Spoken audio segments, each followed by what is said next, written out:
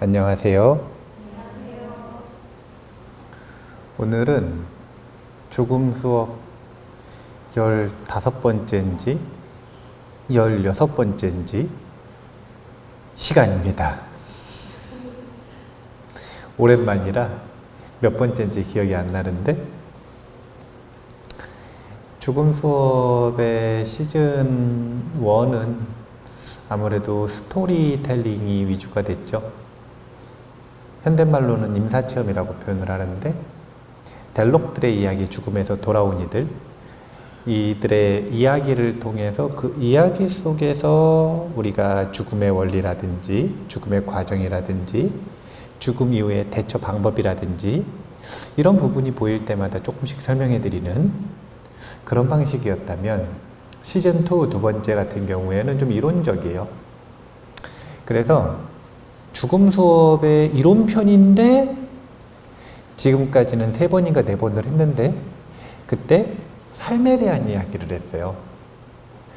죽음에 대한 이야기를 하는데 왜 삶에 대한 이야기를 했는가? 기억을 곰곰이 떠올려 보시면 제가 요구한 사항이 하나 있어요. 그게 뭐냐면, 죽음을 특별하게 보면 안 된다. 죽음과 삶에는 공통점을 묶어서 만들어 놓은 상위 카테고리가 있어요.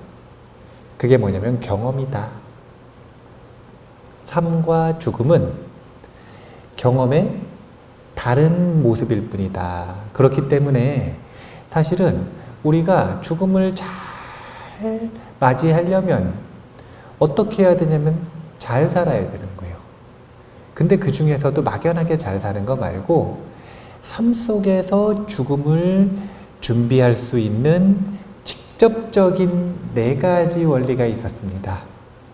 그래서 그 4가지 마음에 대한 이야기를 지난 시간까지 했고 이제 이번 시간부터는 직접적으로 죽음에 대한 이야기를 한번 해보려고 그래요. 오늘은 주제가 죽음의 본질인데요. 본질, 죽음의 본질. 이 죽음의 본질이라고 하는 게 무엇인가? 오늘 이야기를 통해서 불자들은 죽음을 바라보는 관점이 기존의 관점과 달라져야 되거든요. 그래서 관점을 한번 변화시켜 볼 거예요. 죽음을 바라보는 관점을.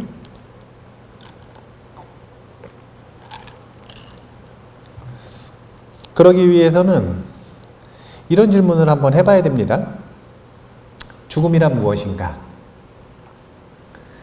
죽음이란 무엇인가? 죽음이란 뭔가요? 너무 철학적인 질문인가요? 삶이 멈추는 것. 네. 제가 유도했었던 3가지 유형 중에 하나가 나왔어요. 네. 삶이 멈추는 것. 또 뭐가 있을까요? 나머지 2가지는 안 나오네요. 네. 우리가 이 죽음이란 무엇인가 라고 하는 주제를 사실은 이야기하기가 쉬워요, 어려워요? 어렵죠. 왜냐하면 정보가 많이 없어서 그래요. 정보가 많이 없어서. 그래서 이런 경우에는 반대면을 봐서 죽음을 생각해 보는 방법이 있어요. 그래서 이런 질문으로 바꿔보면 좋을 것 같아요. 삶이란 무엇인가? 죽음을 쉽게 정의 내리지 못하겠다면 삶이란 무엇인가를 한번 생각해 볼 수 있어요. 삶이란 무엇인가요? 그냥 사시나 봐요. 사라지니까 그냥 사시나요? 움직이는 거. 뭐가요? 몸이요? 죽어도 마음은 움직인다는데?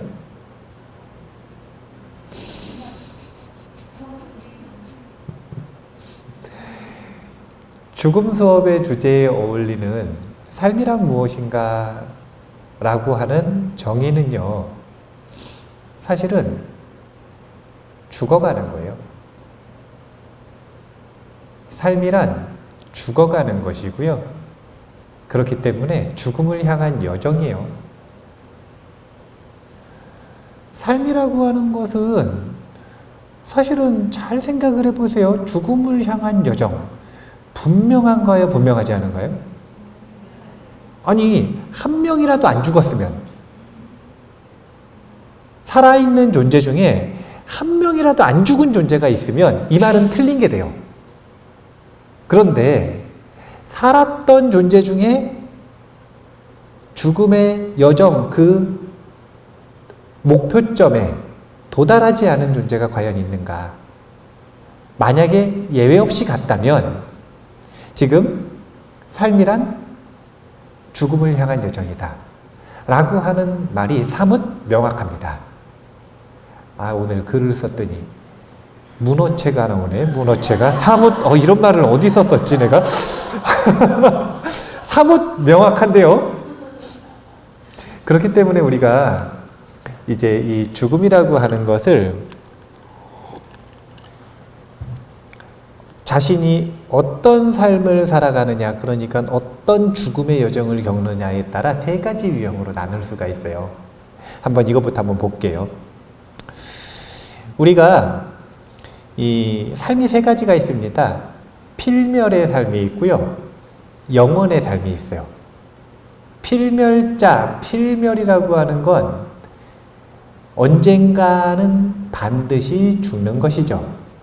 그런데 재밌는 게 그 필멸자 집단 중에 인간이라고 하는 종족이 참 재밌는데, 인간이라고 하는 종족은 분명히 필멸자인데 근데 종교를 만들었어요. 마루종자를 쓸만해요. 왜냐하면 마루종자를 쓰는 그 가르침에서 뭘 얘기하냐면 영원을 얘기합니다. 필멸자 집단이 영원을 추구한 거예요. 그래서 사실은 영원에 도달하는 방법도 나름대로 제시했어요. 구원을 통한 영원을 이야기하는 것이 우리 이웃 종교들이고, 그것이 아니라 자력의 수행을 통한 해탈을 이야기한 것이 불교죠. 아니, 이게 아주 묘한 종족이라니까요. 인간이라고 하는 종족은 어떻게 이런 생각을 했을까? 그런데 필멸자 중에서도 그냥 단순하게 인간의 지금 이 단 한 번의 삶, 이 삶을 살아가는 사람이 있어요. 그러니까 그 사람의 세계관, 그 사람의 시간관, 그 사람의 인생관은 어디에 초점이 맞춰져 있고 어디가 한계냐면 지금 내가 살아가고 있는 이 삶에 초점이 맞춰져 있는 거예요. 이런 사람에게는, 필멸자 중에서 인생을 살고 있는 사람에게는 죽음은 뭐냐면요, 단절이에요. 끝나는 것. 죽음이라고 하는 게 단절을 의미합니다. 그런데요, 세계관이 좀 넓어진 사람들이 있죠. 앞의 생, 뒤의 생, 그 전생, 그 후생, 전생과 내생을 바라보면서 살아가는 사람들. 제가 전생과 내생을 살아가는 사람들이라고 표현 안 했어요. 전생과 내생을 바라보며 살아가는 사람들. 전생과 내생이 있다 없다를 얘기하는 게 아니라 전생과 내생을 바라보는 그 세계관을 가지고 살아가는 사람들. 이런 사람들에게 있어서는, 이런 사람들은 지금 인생을 바라보고 살아가는 게 아니라 윤회를 바라보고 살아가는 거거든요. 끝없는 윤회를 바라보고 살아가는 거예요. 이 사람들에게 있어서는 단절이 아닙니다. 매듭이에요, 매듭. 죽음은 다음 변화된 시작을 위한 매듭. 이것이 죽음이라는 이벤트예요. 그리고 이 윤회의 매듭, 끝없는 변화에서 벗어난 존재들, 이런 사람들을 영혼을 산다라고 표현을 하는데, 이런 사람들에게 있어서 죽음은 철저한 환상이에요. 환상이다라고 배웠거나 환상이라고 이해하거나 환상이라고 말하거나 이게 아니라 그냥 환상이에요. 그렇기 때문에 자유로워지는 겁니다. 우리가 세 가지 관점이 있어요. 죽음을 단절, 끝으로 볼 것인가? 아니면 죽음을 다음 생을 향한 매듭, 변화의 매듭으로 볼 것인가? 아니면 죽음을 철저하게 환상으로 인지할 것인가? 환상으로 인지한다는 건 다시 한번 이야기하지만 환상이라고 배웠거나 환상이라고 이해했거나 환상이라고 말하는 게 아니에요. 환상에서 벗어난 것을 의미하는 것입니다. 그렇게 죽음이라고 하는 환상에서 벗어난 존재들이 바로 해탈한 존재들이요. 세 가지 삶의 유형이 있단 말이에요. 필멸의 삶을 살아가는 사람들이 있고 영원의 삶을 살아가는 사람들이 있고 필멸에 살아가는 사람들도 두 가지라. 그냥 인생만을 바라보고 살아가는 사람, 큰 거시적 관점에서 윤회를 바라보고 살아가는 사람. 이 삶의 태도, 가치관, 이것에 따라 죽음은 의미가 다르다. 죽음이 단절로 느껴지시나요?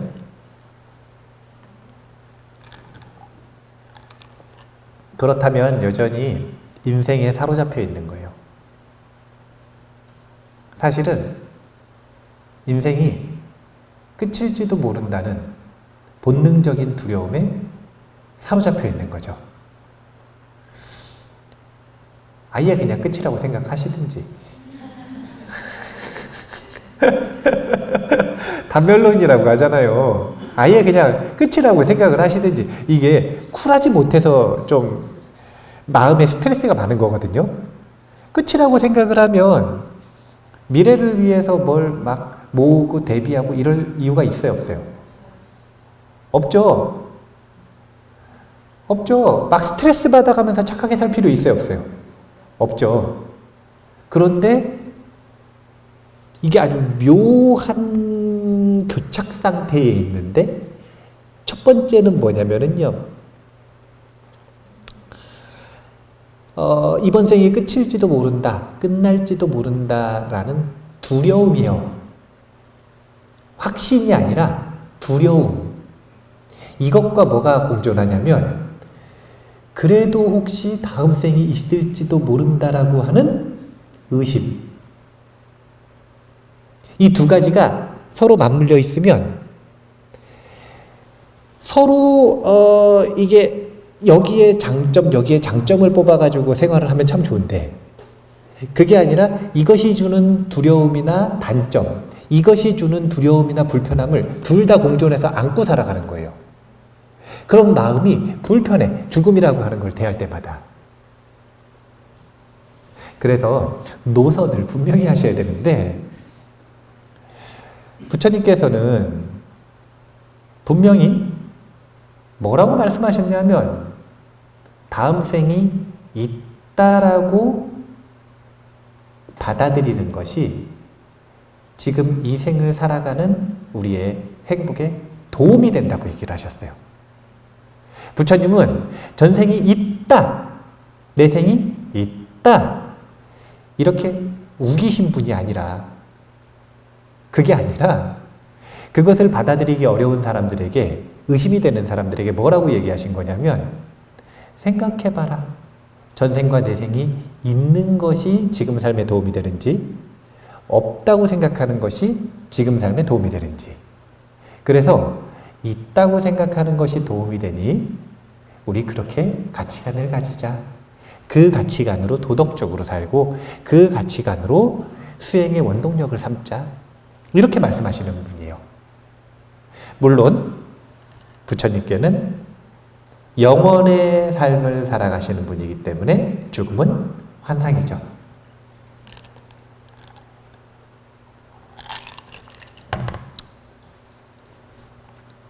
우리가 생각을 해봐야 되는 게 있어요. 지금 앞에 이야기들을 통해서.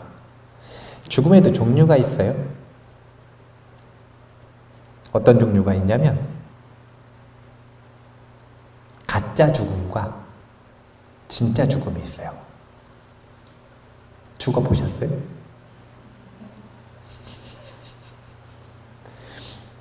가짜 죽음과 진짜 죽음은 어떻게 구분할 수 있을까요? 우리가 지금 죽음 수업이 15번째인가 16번째라니까요. 그럼 이제 짬밥이 있는데 어떻게 구분하시는지 충분히 아시지 않나요? 고개를 끄덕이신 분들 대답해 보세요. 어떻게 구분할 수 있죠? 가짜 죽음과 진짜 죽음은?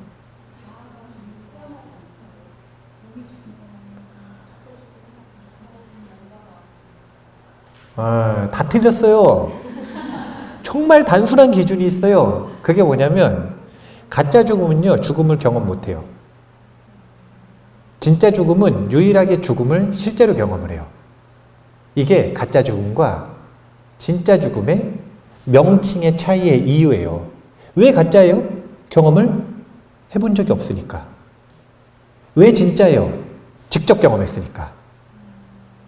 추상적이고 철학적인 개념이 아니에요. 형이상학적인 개념이 아니라 뭐냐면 직접 자기가 경험을 했으면 그건 진짜라고 할 만한 거예요. 근데 직접 경험 못했어. 그럼 그건 가짜인 거예요. 우리는 육체가 죽음을 맞이하는 것, 이것이 죽음이라고 생각하잖아요. 그런데 제가 죽음의 과정에 대한 이야기를 할 때마다 반복해서 강조해서 알려드린 게 있어요. 우리는 무엇을 경험하냐면 죽음의 과정을 경험합니다. 그런데 죽음의 순간은 경험할 수 있을까요? 없을까요? 없어요. 그래서 지금까지 단 한 번도 죽어본 사람이 여기 아무도 없어요. 사실은. 죽었다라고 착각하고 있는 거지. 우린 죽어본 적이 없어요. 다 가짜 죽음이에요. 다 가짜 죽음이에요. 죽음의 순간, 왜 우리가 죽음을 경험할 수 없을까요? 죽었으니까. 무슨 얘기냐면 죽음을 경험하려면 그 경험을 인지할, 그 경험을 하는 자가 눈을 뜨고 그 경험을 하고 있어야 죽을 거 아니에요. 그런데 죽음의 순간에 보면, 자, 우리의 지금 이 인간, 우리 지금 인간, 요 세대 인간을 기준으로 놓고 보면 그 경험이 뇌라고 하는 기관에서 일어나죠. 뇌라고 하는 기관을 통해서 일어나잖아요. 그런데 죽음의 순간에는 뇌가 멈춰야 죽음이에요? 뇌가 안 멈춰도 죽음이에요? 죽음의 순간에는, 죽음의 순간, 딱 그 순간에는 내가 멈췄잖아요. 생각을 해봐요. 내가 멈춘 걸, 내가 멈춰서 경험이 끊어진 걸 죽음이라고 하잖아요. 그런데 어떻게 경험을 해요? 죽음의 순간이라고 하는 직전까지는 경험을 하겠죠. 그것이 분명하든 미세하든 얼마나 강렬한 경험이든 상관없이 죽음의 직전까지는 경험을 해요. 그런데 죽음의 순간은 정말 안타깝게 경험을 할 수가 없어요. 왜? 경험의 원동력, 지금 경험을 만들어내는 뇌라고 하는 기관이 죽었기 때문에. 그래서 우리는 정말로 지금까지 단 한 번도 죽음을 경험한 적이 없다. 무수한 윤회가 있었고, 무수한 생이 있었고, 무수한 죽음이 있었다? 그거 다 증명할 수 없는 환상이에요. 가짜 죽음. 명확하게 언어를 바꿔야 돼요. 우리는 뭘 경험했냐면 죽음의 과정을 경험했어요. 죽음의 과정.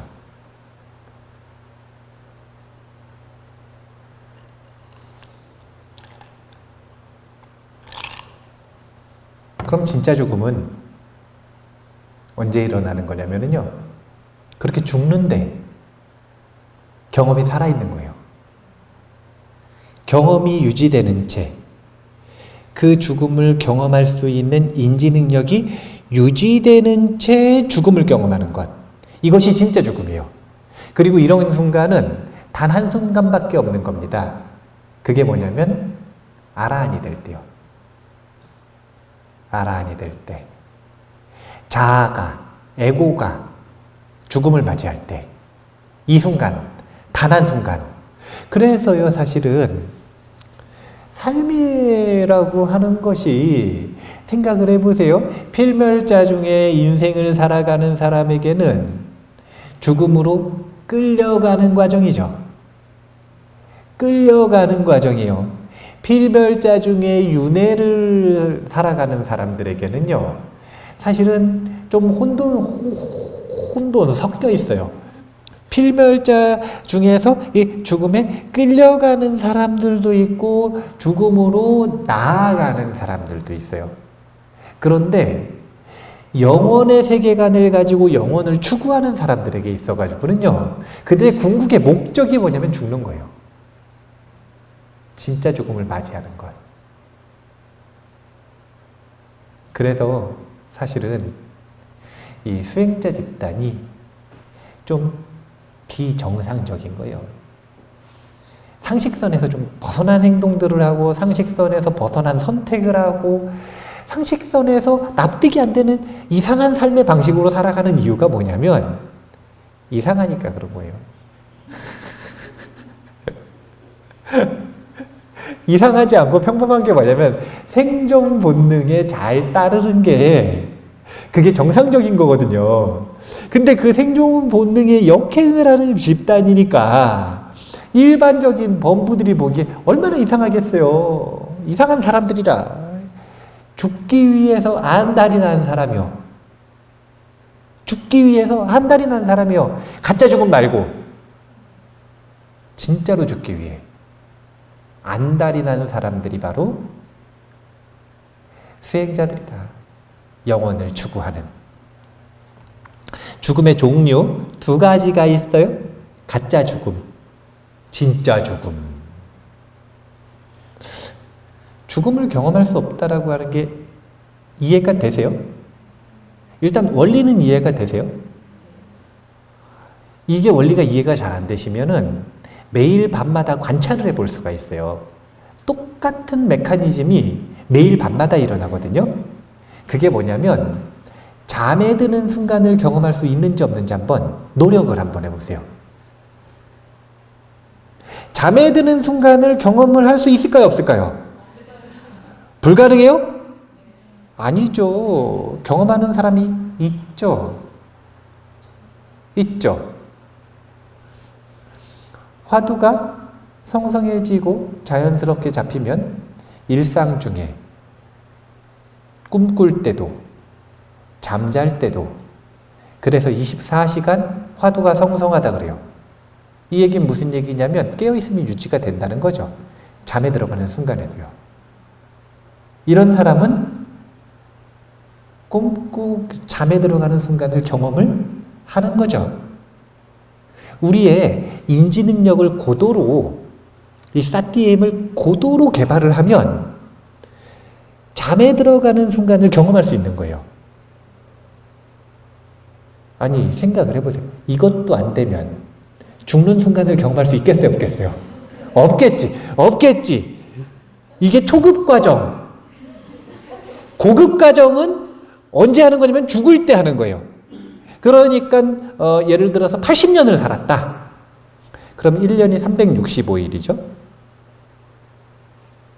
계산이 안 되네요. 그냥 300일이라고 치고 80년이라고 치면은 24,000일. 그러면 한 25,000일? 맞나요? 맞네요. 예. 머리가 많이 나빠졌어요. 한 25,000일 정도 살아서 우리한테 연습 기회가 25,000번이 있는 거예요. 25,000번 잠드는 동안 한 번이라도 자기가 잠 들어가는 그 순간을 경험을 한번 해보시라는 거예요. 엄청 재밌는 놀이 아닙니까? 한번 해보세요. 재밌나 안 재밌나? 절대 재미없을걸요? 왜냐하면 잠들어가는 순간을 경험하려고 안간힘을 쓰고 애를 쓰잖아요. 그럼 잠이 안 와. 그래가지고 배가 아파요. 괴로워. 그러다가 잠든다니까요. 배고파가지고 이거 잠이 오겠나 싶어가지고 오늘 이거 되겠나 싶은데 너무 피곤하면 그러다가 그냥 잠이 들어버리는 거예요. 그러니까 괴로울 건 다 괴로우고 경험을 못하고. 하지만 우리에게는 25,000번의 기회가 있어요. 기회가 너무 적은가요? 그럼 하루에 2번 자세요. 그러면은 5만 번으로 늘릴 수 있어요. 5만 번으로. 우리가 사실은 만약에 한 7살 때쯤 이런 걸 배웠다. 그러면 어쩌면 지금쯤 삶을 살았을 때, 지금쯤 잠이 들었을 때, 그만큼 횟수가 채워졌을 때 어쩌면 지금 잠에 드는 순간을 경험하고 있을지도 모르지 않을까요? 그럴 수도 있어요. 그런데 안타깝게도 왜 안 알려주나 몰라. 왜 죽음에 대해서 그래 쉬쉬하는지 몰라요. 죽는다고 말하면 죽는 것처럼. 나는 그럼 벌써 100번도 넘게 죽었어야 돼요. 죽음에 대해 얼마나 얘기를 하고 다닙니까? 죽음에 대해서 듣는 것도 죽는 줄 알고. 우리 그 공부하시는 분들 중에서 법부님들 중에 아직 1호밖에 안 가셨어요. 가신 분 아직 1호밖에 없어요. 공부하시다 가신 분. 그분도 가실 때 돼서 가셨어요. 암 투병 10년 넘게 하고 가셨으니까 수술 8번인가 9번 했거든요. 그 정도면은 저희 가망 없는 그 암 환자로서 굉장히 오래 산 거예요. 죽음을 말한다고 죽음을 듣는다고 안 죽어요. 그렇지 않아요. 우리가 죽음에 대해서 배워야 돼요. 그래야 준비를 하지. 죽음의 순간을 경험하는 것이 불가능한 일이다. 일반적으로. 이것을 한번 경험해 보고 싶다면, 체감적으로 느끼고 싶다면 꼭 잠에 드는 순간 그것을 경험할 수 있는지 없는지 확인해 보시기 바랍니다. 되게 좋은 주제예요. 왜냐하면 그렇게 밤마다 생각날 때마다 이게 진짜 잠에 드는 순간이 경험이 되는지 안 되는지, 이것이 죽음 명상의 기본이에요. 왜냐하면 잠잘 때마다 알게 되잖아요. 자각하게 되잖아요. 자신이 잠에 드는 과정을, 죽음에 대한 생각을. 굉장히 좋은 주제니까 한번 꼭 해보세요. 죽음의 종류는 2가지가 있다. 가짜 죽음, 진짜 죽음. 그렇다면 일반적으로 죽음이 단절이라고 생각을 하고, 또는 다음 생을 위한 미지의 매듭이라고 생각을 하는 사람, 이런 사람들은 죽음을 두려워해요. 환상이라고 생각을 하는 사람은 죽음을 두려워할까요? 안 두려워할까요? 죽음이 두렵다면 그것은 환상이라고 믿고 있는 거지. 환상이라고 알고 있는 게 아닌 거예요.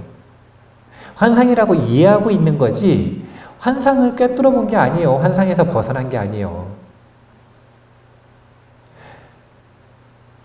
영원을 사는 사람에게 있어서 죽음은 그저 환상일 뿐이에요.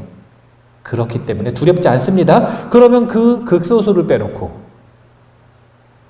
우담바라 같은 그 극소수를 빼놓고 나머지 사람들은 다 죽음이 두려워요. 정도의 차이가 있지만.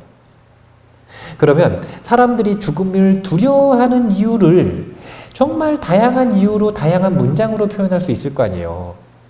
각자의 인생의 삶이 다 다르니까.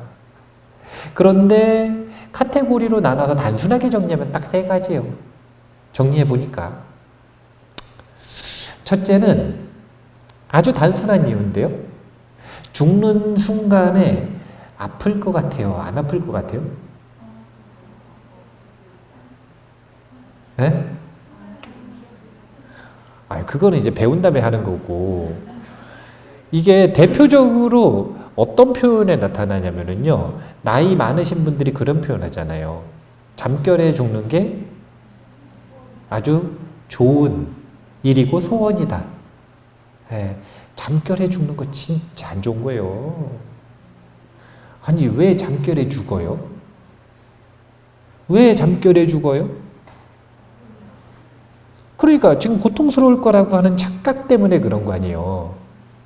물론 고통스럽대요. 이것에 대한 두려움 있잖아요. 죽음의 순간 겪는 고통.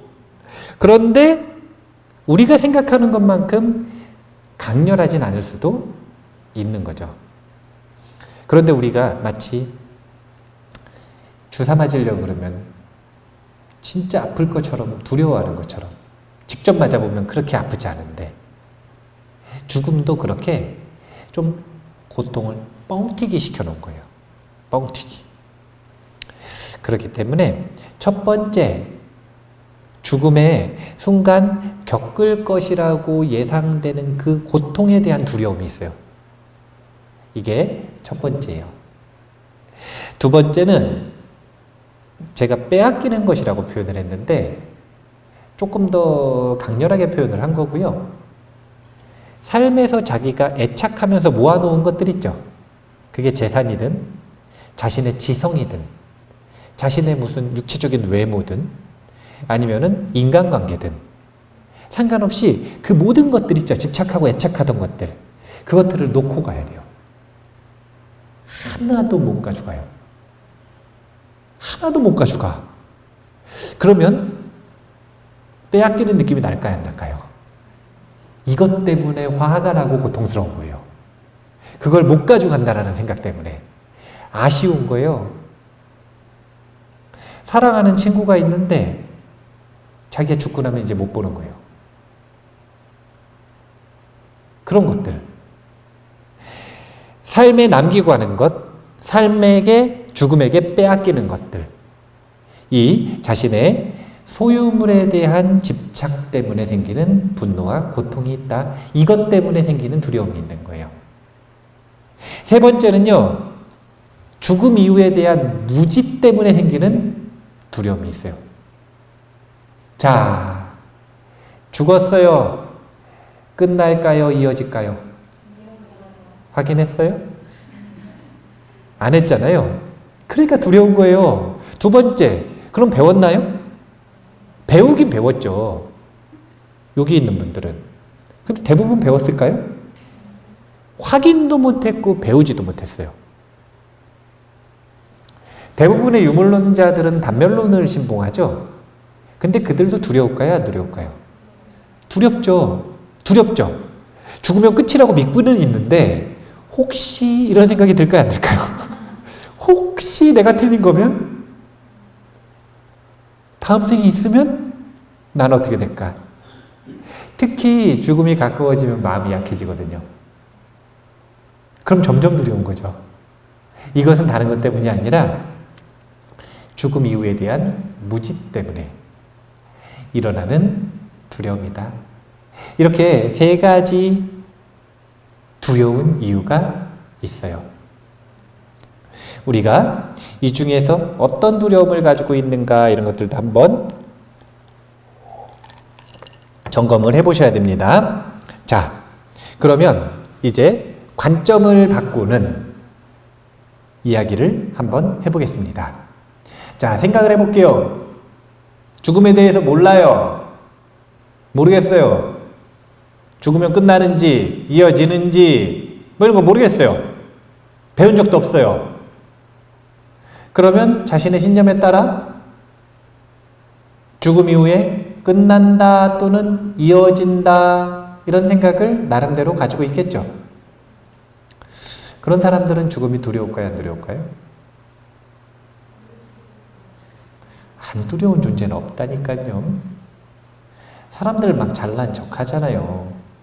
자기가 그런 순간 되면 쿨하게 죽겠다. 그런 순간, 아주 무서운 순간이거든요. 그런 무서운 순간에 10분의 1만 돼도 다 도망가요. 살려달라 그러고요. 사람들은 생존 본능에 속박되어 있는 이것으로부터 자유롭지 않으면 절대로 죽음을 두려워할 수밖에 없어요. 왜냐면 그건 본능이니까. 본능은 생각을 앞서고요. 본능은 감정을 앞서요. 우리가 분노 조절 장애를 가지고 있는 사람들이 있지 않습니까? 막 험악한 사람들, 그런 사람들 분노 조절 장애가 잘 되는 방법이 있어요.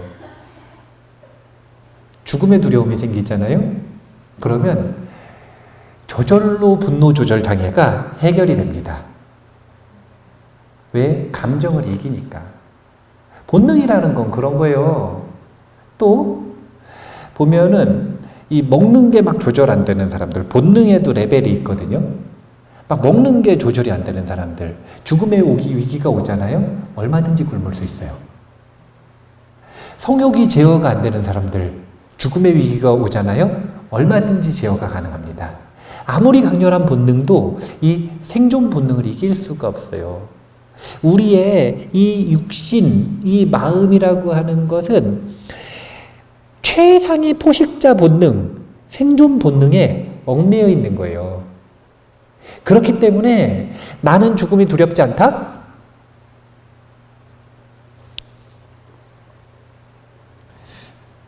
어떤 통계에 보니까 4천만 명 중에 한 명꼴로 아라한이라 그러대요. 아라한 나오는 확률이 4천만 명 중에 한 명꼴이래요. 그러면 3,999만 9,999 아유 큰일 났네요. 그 정도 사람은 아라한이 아니죠. 그럼 아라한 말고 그 한 명 말고 4천만 명 중에 자기는 죽음이 두렵지 않다라고 진짜로 자기가 믿고 있거나 진짜로 그렇게 믿으면서 다른 사람들에게 말하고 있거나 아니면은 그렇지 않을까 예상하고 있거나 이 사람들 다 만용이에요. 언제 금방 드러나냐면요. 죽을 위기가 오면 금방 드러납니다. 군대를 가봐야 돼, 군대를. 가가지고 신병훈련소 가가지고 귀 옆에다 두고 총을 한번 쏴보면 여기 말고요. 이렇게 견착을 여기다 해. 견착을 여기다 하고서 이렇게 보기니까 여기 총 옆에 귀가 있거든요. 그 소리를 한번 들어봐야 돼요. 정신이 쏙 빠지게 해. 혼이 쏙 빠져. 자기가 뭐 했는지 기억도 못해요. 총소리가 작을 줄 아시죠?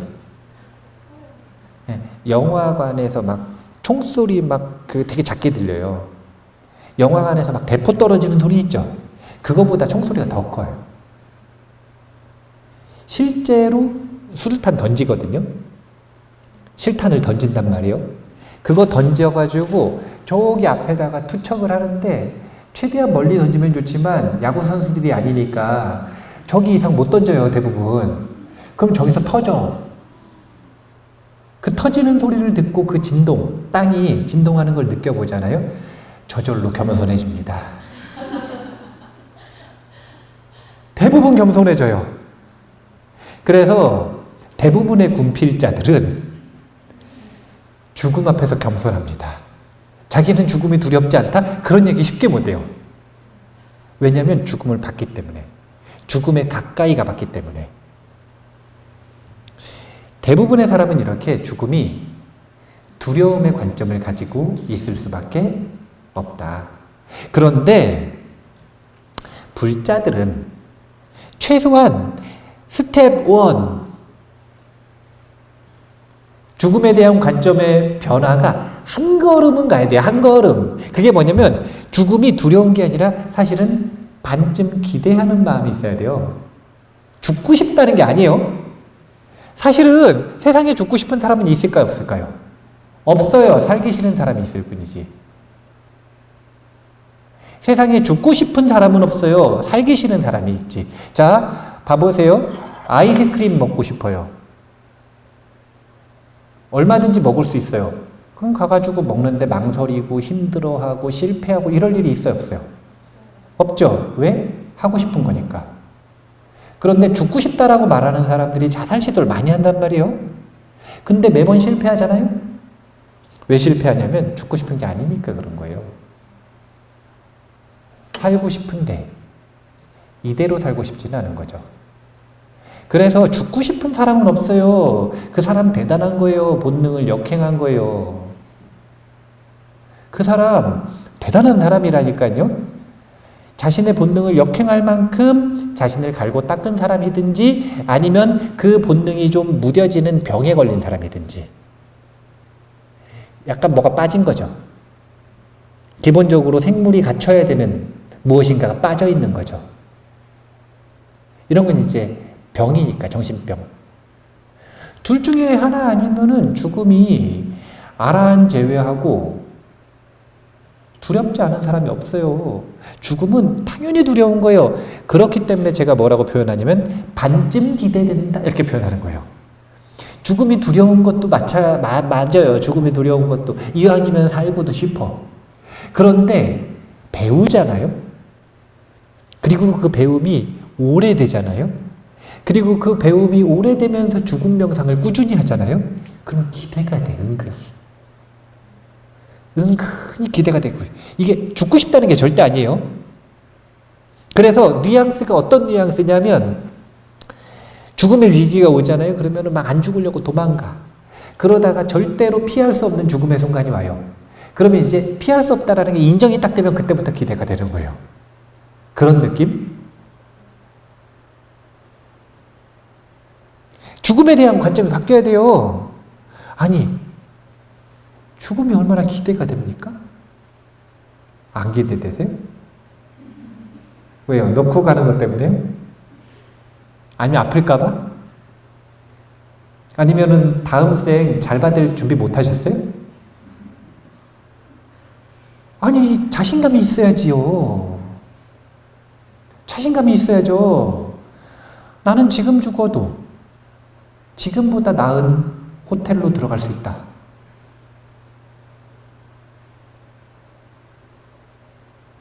그런 확신이 있으면 굳이 왜 낡은 호텔에 있어요? 가야지.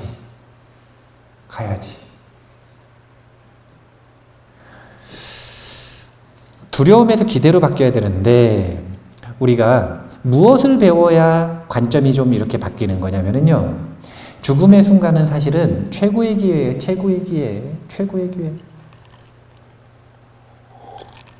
생각을 해보세요. 죽으면 끝이라고 생각하는 사람은 죽음이 진짜 두려울까요? 안 두려울까요? 안 두려울 것 같아요? 죽음에 대한 관점이 바뀌기가 어려워요. 죽음이 끝이라는 사람은. 왜냐면 얼마나 무서운 얘기입니까? 아니 생각을 해보세요. 끝이래요.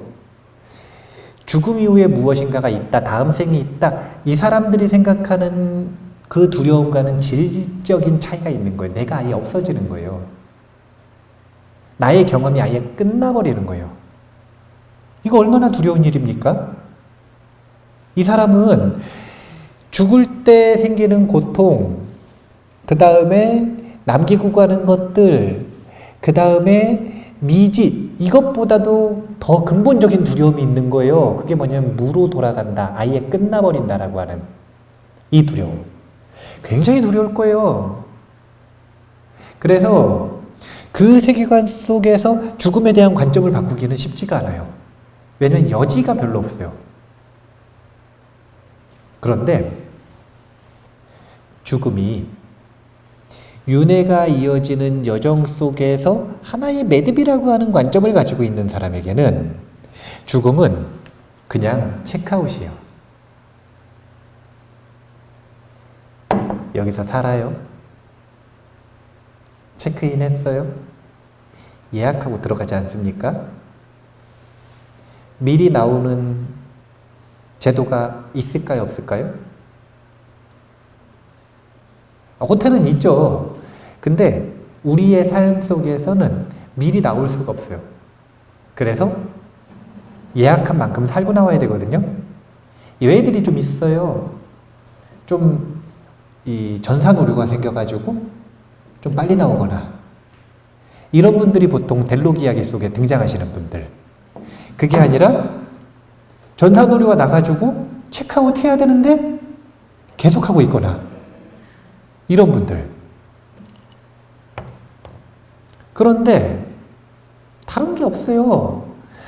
한 번 들어가면 나오고 싶고 실망했고 마음에 안 든다고 그래가지고 바로 나오지 못하는 제도가 있을 뿐이지, 그냥 숙소 구하는 거랑 똑같은 거라. 이 호텔에서 이 호텔로 옮겨가는 것, 이것이 죽음 체크아웃, 삶이 아니죠. 사 체크아웃, 생 체크인. 그래서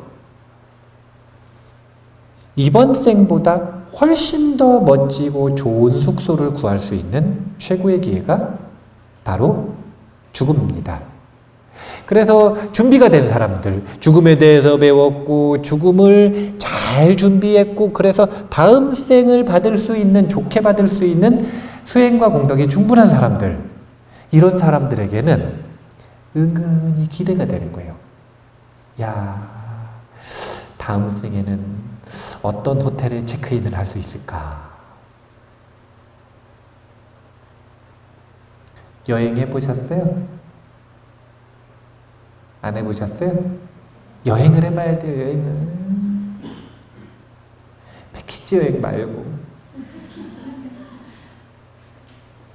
아고다 이 어플 딱 가지고 매일 본인이 갈 지역에 미리 자신이 체크인을 탁 하면서 한번 이 여행을 해보셔야 돼요. 14박 15일 가는데 똑같은 숙소에 있으면 여행이에요, 아니에요? 휴양. 14박 15일을 여행을 가면 7번은 숙소를 바꿔야죠. 이틀 이상 머물면 안 돼요. 여행이라면. 그러면은 매번 짐을 들고 숙소를 갈 때마다 기대가 돼야 안 돼요? 되죠. 실망하기도 하고 만족하기도 하고.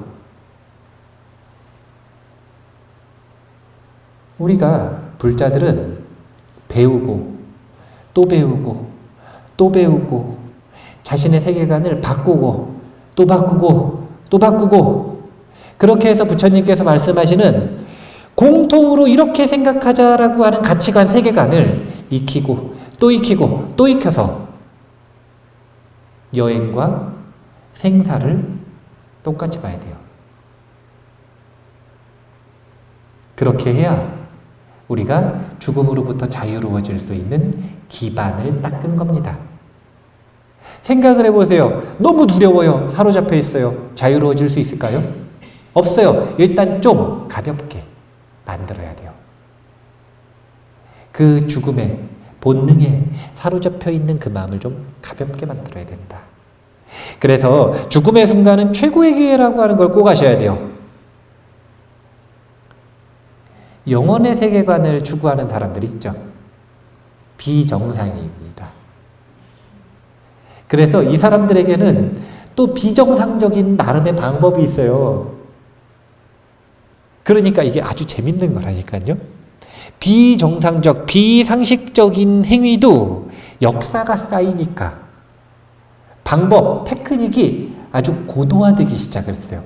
그래서 죽음을 맞이하는 방법도, 죽음을 이용하는 방법도, 죽음을 활용하는 방법도 아주 고도화된 테크닉이 생기기 시작을 했습니다.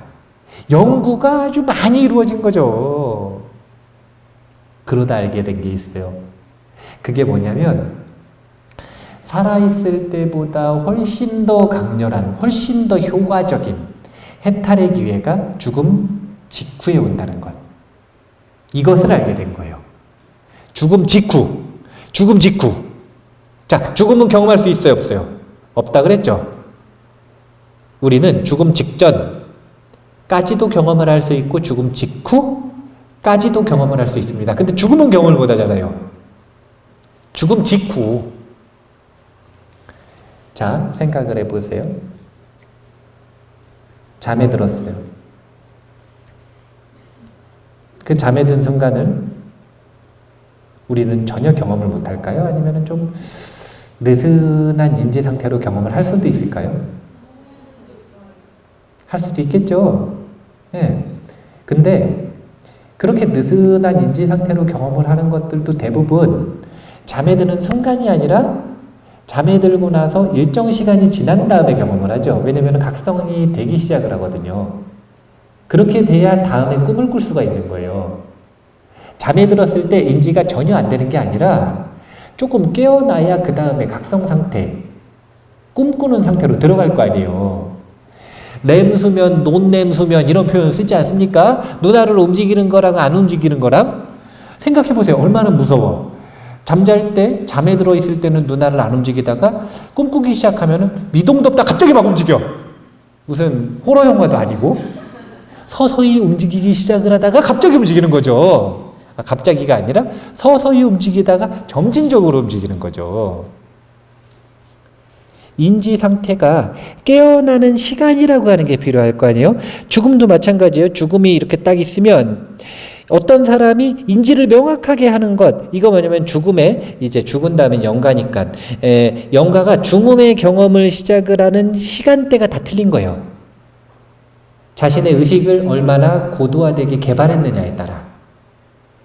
의식을 잘 개발하는 수행을 한 사람들은 죽음 직후부터 바로 경험을 하는 거고요. 그렇지 않은 사람들은 한참 지나가지고 이제 어떤 때 경험하냐면 누가 쫓아올 때. 반드시 쫓아오거든요. 왜냐면 쫓아오면 무서우니까 깨요, 안 깨요? 각성 상태로 들어가는 건데 둘 중에 하나가 쫓아와요. 도깨비가 쫓아오든, 그러니까 무서운 게 쫓아오든, 아니면은 무섭지 않고 편안한 존재가 쫓아오든. 그럴 때 보통 깬다는 거예요. 그게 그 전에 경험이 없었던 게 아니에요. 어떤 경험을 하냐면 해탈의 완벽한 기회를 경험한다는 거예요. 의식의 본성이 드러나는 때. 보통 이때 우리는 뭘 경험하는가? 광명을 경험한다. 청정한 빛을 경험한다. 청정한 빛을. 그래서 죽음을 준비하는 수행자들 두 가지 부류가 있는 거죠. 다음 생을 준비하는 사람. 그것이 아니라 해탈을 준비하는 사람. 어떤 이들에게든 최고의 기회다. 다음 생을 준비하는 이들에게는 새 차 뽑는 건데 얼마나 좋습니까? 낡은 차 타는 게 좋으세요? 새 차 타는 게 좋으세요? 저 법부님이, 새 차 뽑은 저 법부님이, 도피한 법부님. 새 차가 나요? 그럼 기대가 돼요, 그 순간이? 네. 아니면 막 무서워요? 내 낡은 차를 버리면 어떡하나? 사실은 이게 정상 아니에요? 이게 정상이잖아요. 이렇게 인지를 해야 정상이잖아요. 근데 왜 이렇게 인지를 할 수가 있는가? 낡은 차를 버리고 새 차를 탈 때 집착이더라고요. 이 집착으로부터 고통이 생기는 거거든요. 두 번째는 낡은 차를 버리고 새 차를 타도 특별한 일이 없을 것이다라고 하는 알미 있고요. 미지가 아니라는 거죠. 그리고 낡은 차에 남겨둔 것들 있잖아요. 뭐 방향제라든지, 뭐 코일 매트라든지, 아니면 무슨 뭐 붙여놓은 스티커라든지, 그런 것들에 대한 남겨진 빼앗기는 그런 분노가 없어요. 그러니까 쿨하게 갈 수 있는 거라. 똑같은 경험인데 그것이 세 가지 두려움을 만드는 이유가 무엇인지를 잘 봐야 되는 거예요. 우리가 그 이유만 해결을 하면 진짜 쿨하게 갈 수 있는 거예요. 헌차 버리고 새 차 간다. 헌집 버리고 새 집 간다.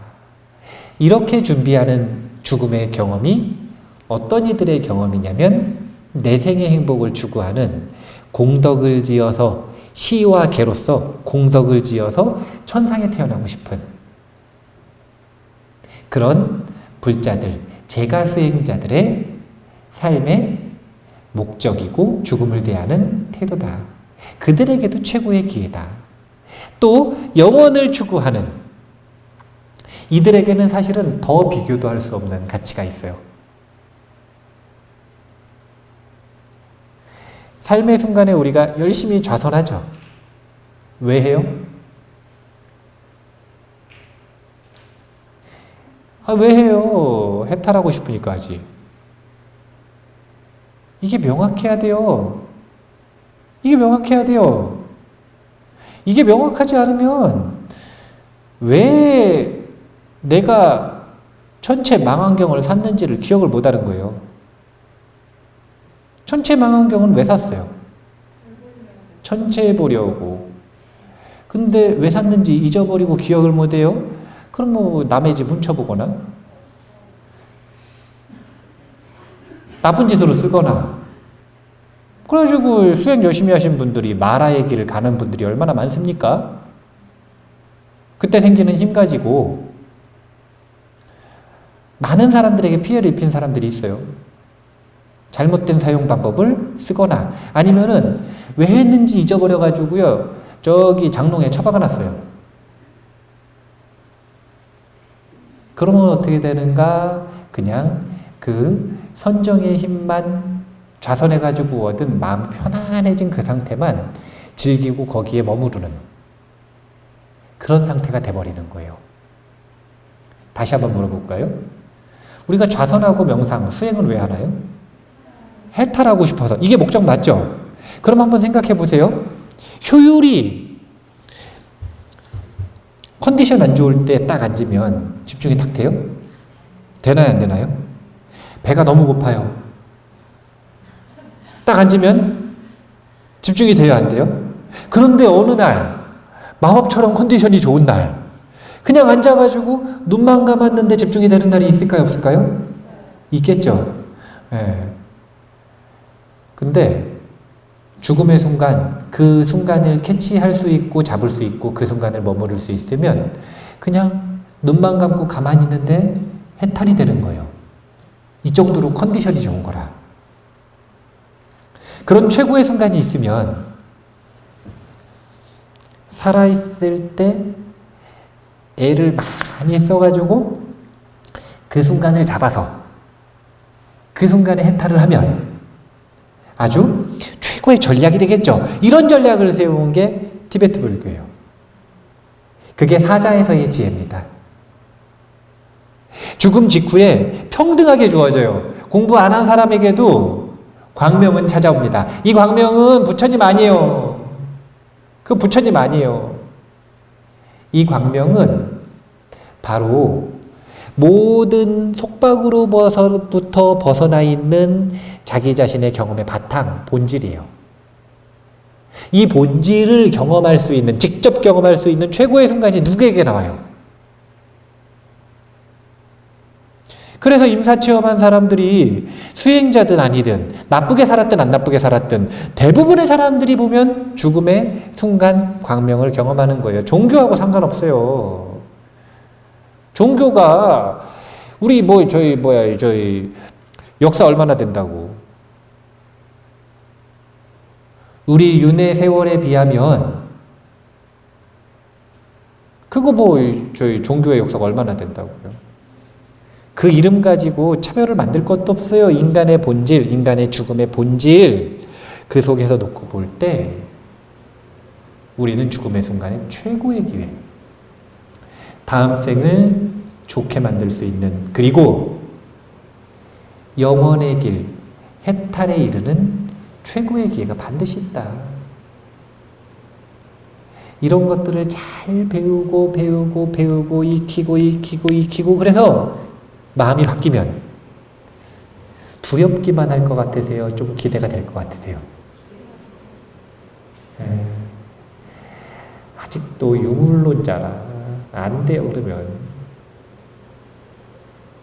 자기 자신의 죽음 이후의 삶이 있고 그 다음에 그 죽음의 순간에 최고의 기회가 있다는 걸 불자들은 배워야 돼요.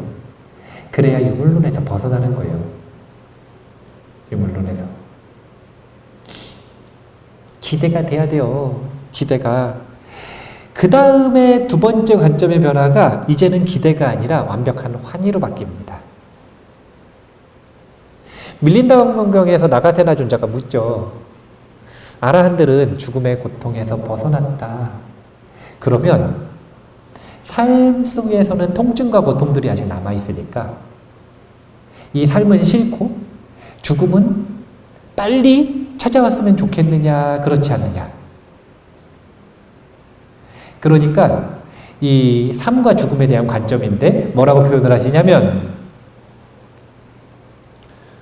기억이 안 나요.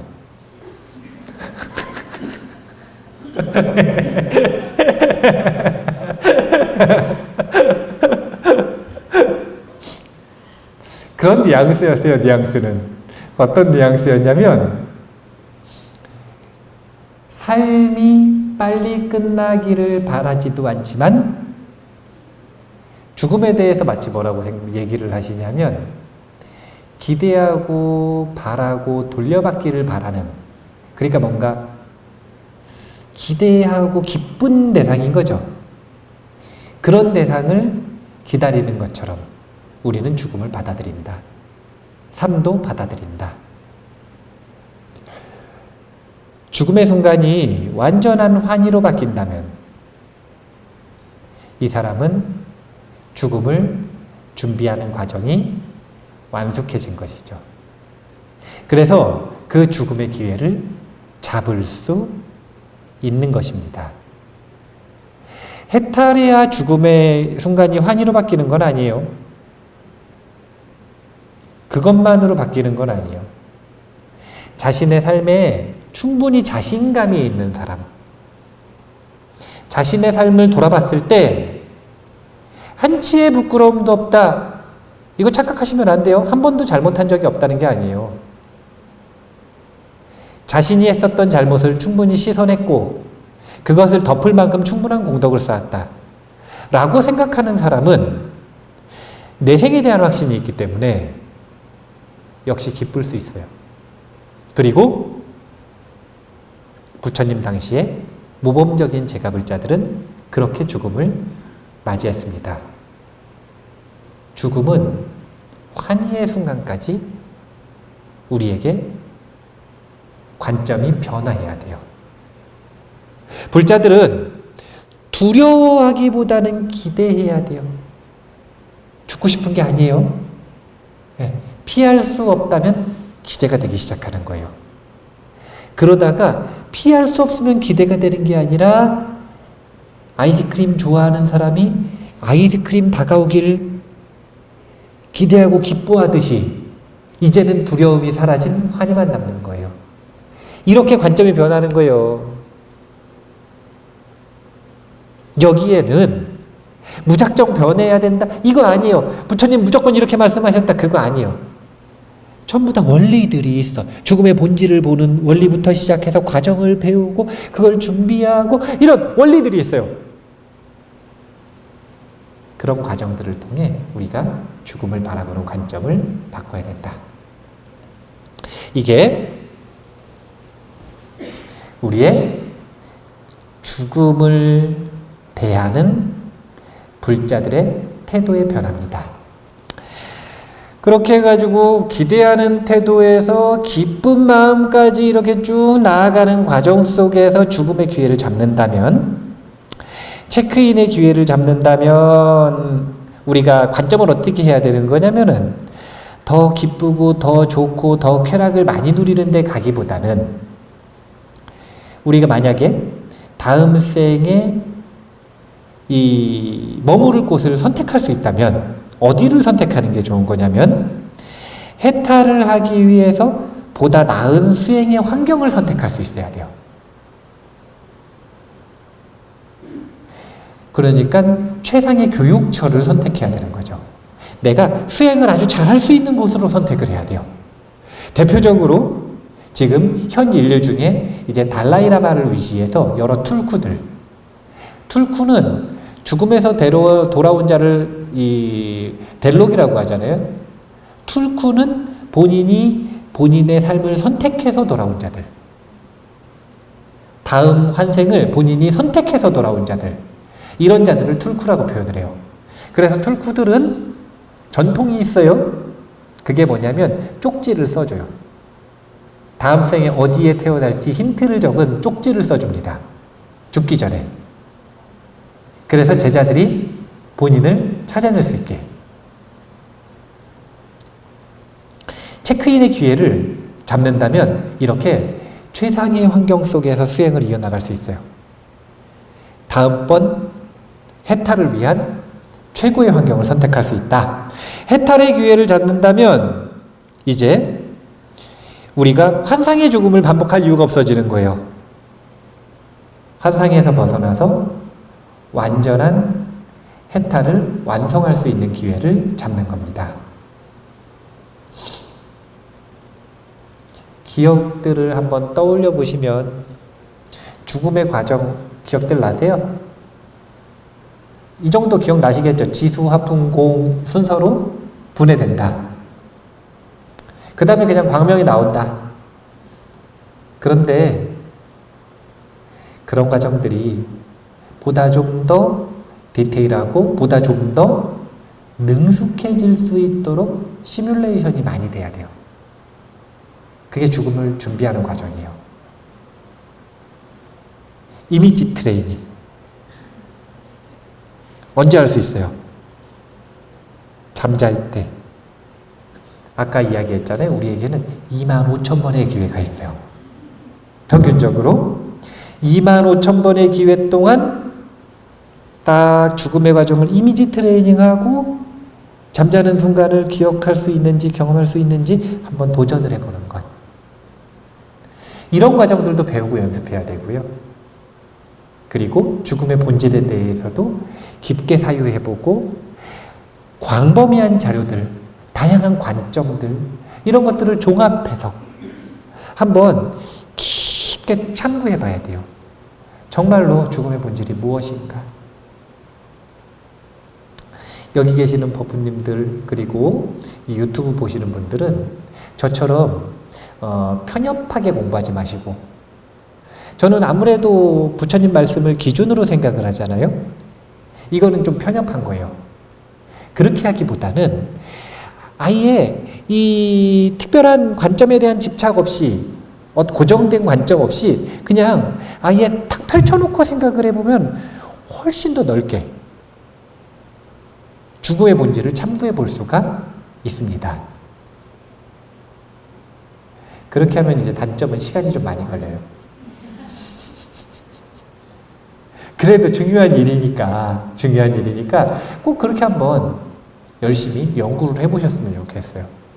그런 과정들을 통해서 믿음이 생기고 확고한 이해가 생기고 그렇게 해서 그 죽음을 준비하는 과정이 익숙해지기까지 하면, 그러면 우리가 죽음에 대한 관점을 두려움에서 반쯤 기대하는 상태에서 완전한 환희로 바꿀 수가 있을 것이다.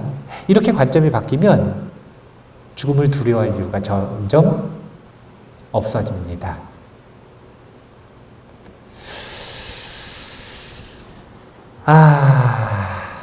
오랜만에 해가지고요. 중간에 잊어버리기도 하고 또 약간 말이 버벅이기도 하고 그랬는데요. 다음 시간에는 미리 예고하면 그거 꼭 해야 되잖아요.